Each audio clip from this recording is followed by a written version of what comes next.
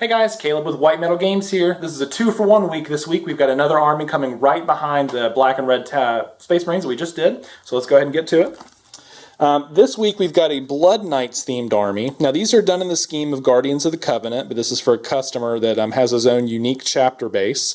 So it's kind of a fun mix-up of Black Templars, Dark Angels, and Blood Angels bits. I think he mostly plays it as a Blood Angels army, but the nice thing about these customized forces is you can really play them any way you like. So think of it like a vanilla chapter. It's got lots of juicy details, so let's just dive right in.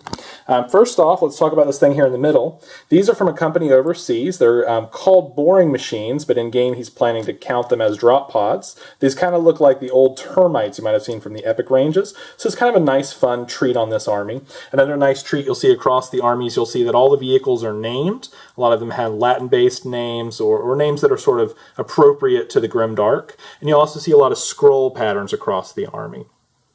Continuing on to the other vehicles, you'll see the same style and formations kind of emulated. We've also got a lot of nice bits up here. You can see these are Dark Angels bits, Black Templars bits, just regular Inquisitorial bits, and they all blend really, really well together when you put them as a mosaic kind of working as one project altogether. The Land Raiders are also decked out just like the Storm Ravens are. You can see here on the side, these are some bits from some fantasy ranges that we dug up just for this project. And when you use any sort of project with White Metal Games commissions, you get to dig right down into our bits boxes. Anything that we have available, we make available to you. Speaking of which, these there's 4 of these guys. Count them: 1, 2, 3, 4 of these dreadnoughts across the project, and because this is kind of a Red Templar / Knight themed project, he really wanted these banner poles to be part of the project.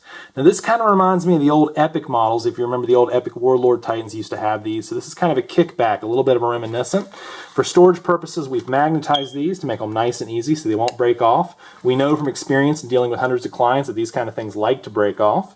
Continuing on to these old vehicles, you'll see that these are not the Forge World recast. These are actually the old school plastic vehicles. So this guy is a classic collector. He's been collecting for the better part of a decade, I would say, and it was a real pleasure to work on his project for these guys. All of the vehicles, or the Rhinos and the Vindicators, are numbered, and again, all of the vehicles are named. Here we've got Retribution, Chastity, Lady Death, which the guys had fun with.